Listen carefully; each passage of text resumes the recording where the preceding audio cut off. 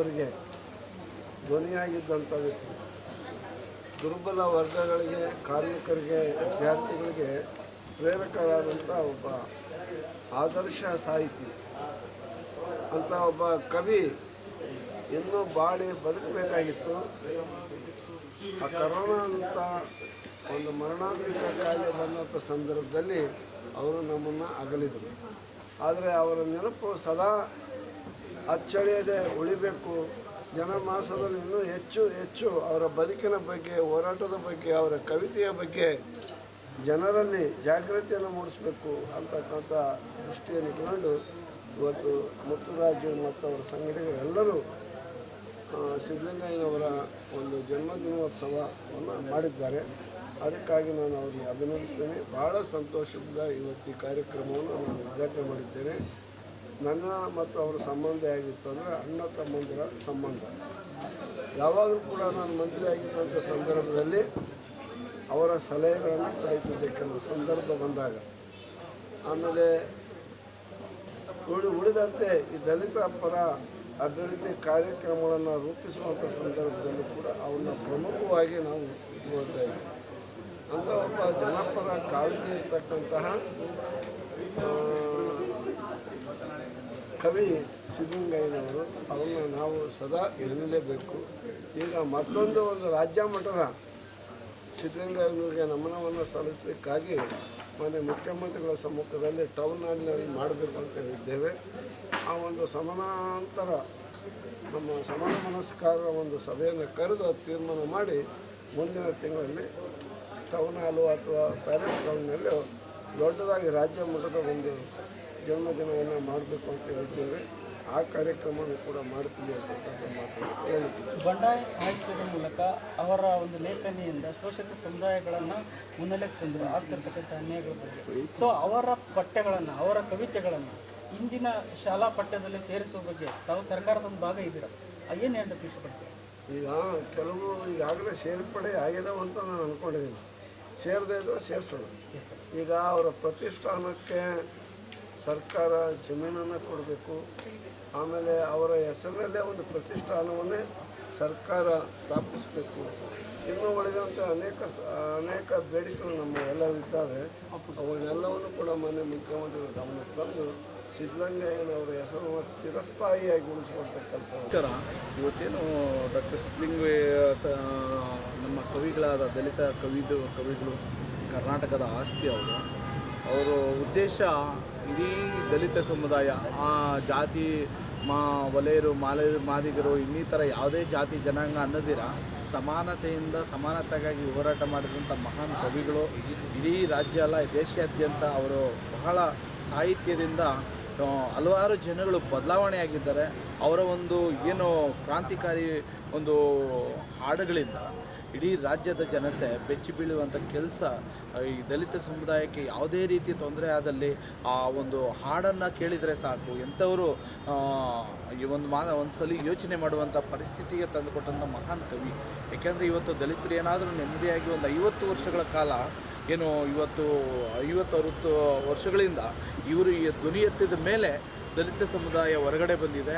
ಇವರ ಒಂದು ಕ್ರಾಂತಿಕಾರಿ ಹಾಡುಗಳಿಗೆ ಎಲ್ಲರೂ ಧ್ವನಿ ಎತ್ತಿ ಅವರ ಆದರ್ಶಗಳನ್ನು ಪಾಲನೆ ಮಾಡಿಕೊಂಡು ಇವತ್ತು ರಾಜ್ಯಾದ್ಯಂತ ಅಲ್ಲದೆ ದೇಶಾದ್ಯಂತ ನಮ್ಮ ಡಾಕ್ಟರ್ ಸಿದ್ದಲಿಂಗಯ್ಯ ಸಾಹೇಬರು ನಮ್ಮ ದಲಿತ ಸಮುದಾಯದಲ್ಲಿ ಹುಟ್ಟಿದ್ದೆ ನಮ್ಮೆಲ್ಲರ ಪುಣ್ಯ ಅಂತ ಹೇಳೋಕ್ಕೆ ಬಯಸ್ತೀವಿ. ಯಾಕೆಂದರೆ ಇಂಥ ಮಹಾನ್ ಕವಿಗಳು ಇನ್ನೂ ಹುಟ್ಟಬೇಕು. ಅವರ ಮಾರ್ಗದರ್ಶನದಲ್ಲಿ ಅವರ ಆದರ್ಶಗಳನ್ನು ಪಾಲನೆ ಮಾಡಿಕೊಂಡು ಈ ಒಂದು ಕ್ರಾಂತಿಕಾರಿ ಹಾಡುಗಳಾಗ್ಬೋದು, ವಿಚಾರಗಳನ್ನಾಗ್ಬೋದು, ಹೋರಾಟಗಳನ್ನಾಗ್ಬೋದು, ಇಂಥವರ ಒಂದು ಆದರ್ಶಗಳನ್ನು ಪಾಲನೆ ಮಾಡೋದು ನಮ್ಮೆಲ್ಲರ ಕರ್ತವ್ಯ ಆಗಿರುತ್ತೆ.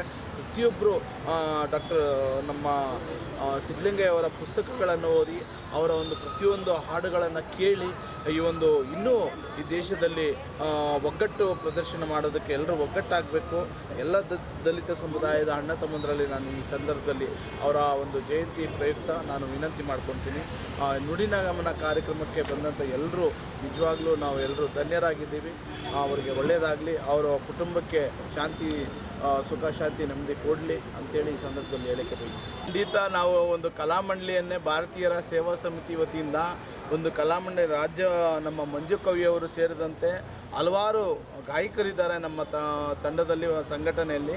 ಅವ್ರನ್ನೆಲ್ಲ ಒಂದು ಕಲಾಮಂಡಳಿ ರಾಜ್ಯ ಕಲಾಮಂಡಳಿಯಿಂದ ಒಂದು ಆದಷ್ಟು ಕೂಡಲೇ ಒಂದು ಕಲಾಮಂಡಳಿಯನ್ನು ರಚಿಸಿ ನಮ್ಮ ಸಿದ್ಧಲಿಂಗಯ್ಯವರ ಹಾಡುಗಳನ್ನು ಮತ್ತೆ ಈ ರಾಜ್ಯಕ್ಕೆ ಮುಟ್ಟುವಂತೆ ನಾವೆಲ್ಲರೂ ಮಾಡ್ತೀವಿ. ಅವರ ಆದರ್ಶಗಳನ್ನು ಪಾಲನೆ ಮಾಡ್ತೀವಿ. ಅವರ ಗೀತೆಗಳನ್ನು ನಾನು ಸಹ ಮುಂದಿನ ದಿನಗಳಲ್ಲಿ ಹಾಡಿ ಈ ಸಮಾಜವನ್ನು ಕಟ್ಟುವಂಥ ಕೆಲಸ ಮಾಡ್ತೀನಿ. ನಾನು ಸುಮಾರು ಒಂದು 20 ವರ್ಷಗಳಿಂದ ನಾವು ರಾಜಕೀಯದಿಂದನೇ ದೂರನೇ ಇದ್ದೀವಿ. ಯಾವುದೇ ಕಾರ್ಯಕ್ರಮಕ್ಕೆ ಯಾವ ರಾಜಕಾರಣಿನೂ ಸೇರಿಸ್ತಾ ಇರಲಿಲ್ಲ.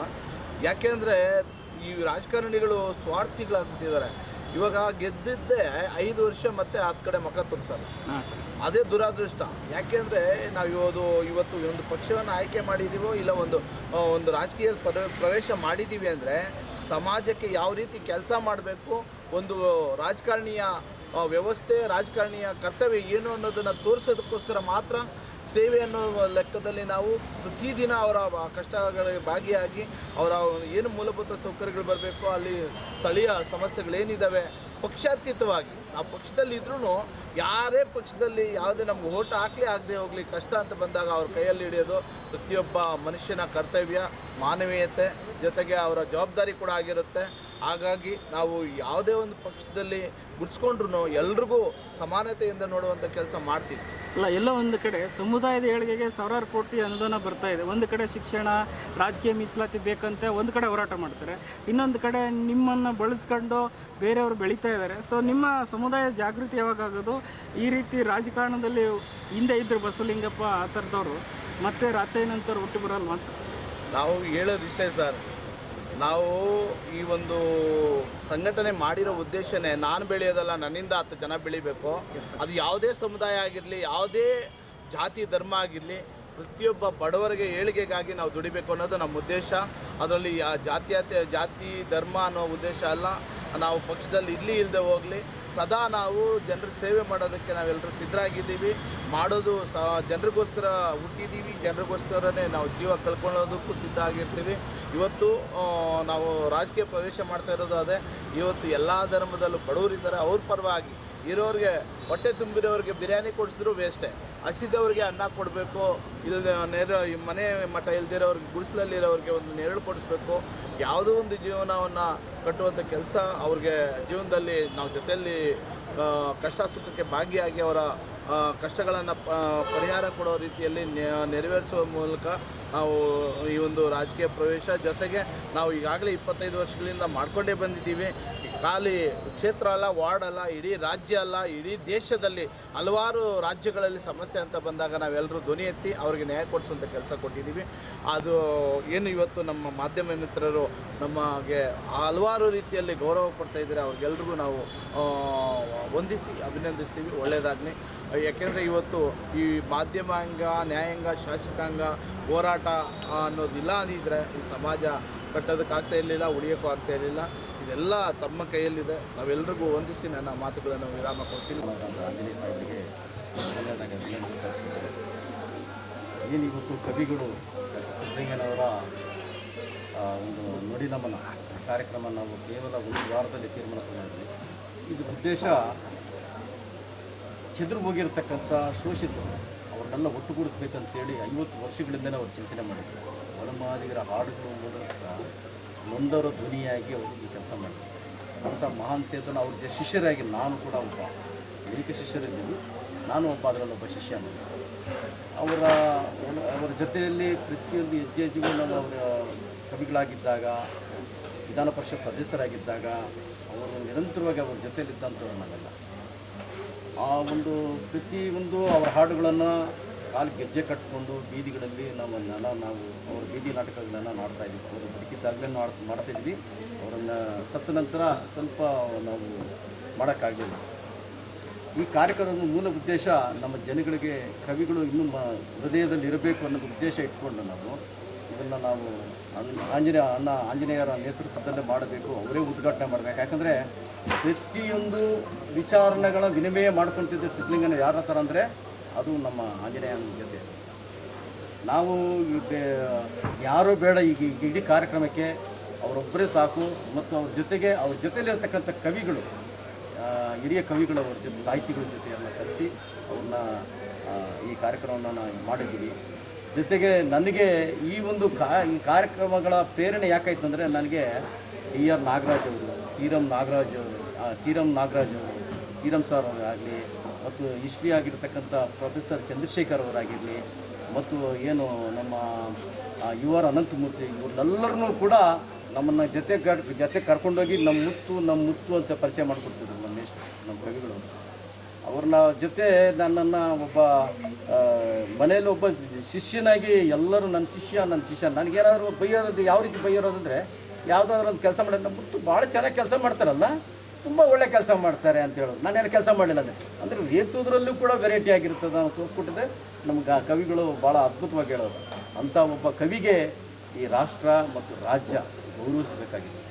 ಹೋರಾಟಗಾರರಾಗಿರ್ತಕ್ಕಂಥ ಪ್ರೊಫೆಸರ್ B. ಕೃಷ್ಣಪ್ಪನವರು ಅವರಿಗೆ ಈ ರಾಜ್ಯದ ಕರ್ನಾಟಕ ರಾಜ್ಯ ಪ್ರಶಸ್ತಿ ಕೊಡಬೇಕು. ಮತ್ತು ಈ ನೊಂದವರ ಧ್ವನಿಯಾಗಿರ್ತಕ್ಕಂಥ ಇಡೀ ದೇಶವನ್ನೇ ಬಡವರಿಗೆ ಹೊಸ ಸಂಚಲನ ಕ್ರಾಂತಿಯನ್ನು ಹುಟ್ಟಿಸಿದಂಥ ಮಹಾನ್ ಚೇತನ ಡಾಕ್ಟರ್ ಸಿದ್ಧಲಿಂಗಯ್ಯ ಇವರಿಗೆ ಭಾರತ ರತ್ನ ಕೊಡಬೇಕು. ಅದನ್ನು ಕೊಟ್ಟಿಲ್ಲ ಅಂದರೆ ಅವರಿಗೆ ಇದನ್ನು ಸರ್ಕಾರಕ್ಕೆ, ಕೇಂದ್ರ ಸರ್ಕಾರಕ್ಕೆ ಅದು ನಷ್ಟ ಉಂಟಾಗುತ್ತದೆ. ಯಾಕಂದರೆ ಅದನ್ನು ಅವರು ಎಂಥ ದೊಡ್ಡ ವ್ಯಕ್ತಿ ಅನ್ನೋದನ್ನು ಅಮಿತ್ ಶಾ ಅವರೇ ಅವ್ರ ಮನೆಗೆ ಹೋಗಿದ್ದಾರೆ. ಅವರು ಇವತ್ತು ಅಮಿತ್ ಶಾ ಅವರವರು ಈ ಸಂದರ್ಭದಲ್ಲಿ ನೆನೆಸ್ಕೋಬೇಕು. ಅವ್ರ ಮರಣೋತ್ತರ ಪ್ರಶಸ್ತಿಯಾಗಿ ಅವರಿಗೆ ಭಾರತ ರತ್ನ ಪ್ರಶಸ್ತಿ ಕೊಡಬೇಕು. Professor B. ಕೃಷ್ಣಪ್ಪನವರಿಗೆ ಕರ್ನಾಟಕ ರಾಷ್ಟ್ರ ಪ್ರಶಸ್ತಿ ಕೊಡಬೇಕಂತ ಸಂದರ್ಭದಲ್ಲಿ ನಾನು ಈ ಸರ್ಕಾರಗಳನ್ನು ಮತ್ತು ಕೇಂದ್ರ ಸರ್ಕಾರಗಳನ್ನು ಈ ಒಂದು ಕಾರ್ಯಕ್ರಮದ ಮೂಲಕ ಅವ್ರಿಗೆ ಆಗ್ರಹಿಸ್ತೀನಿ.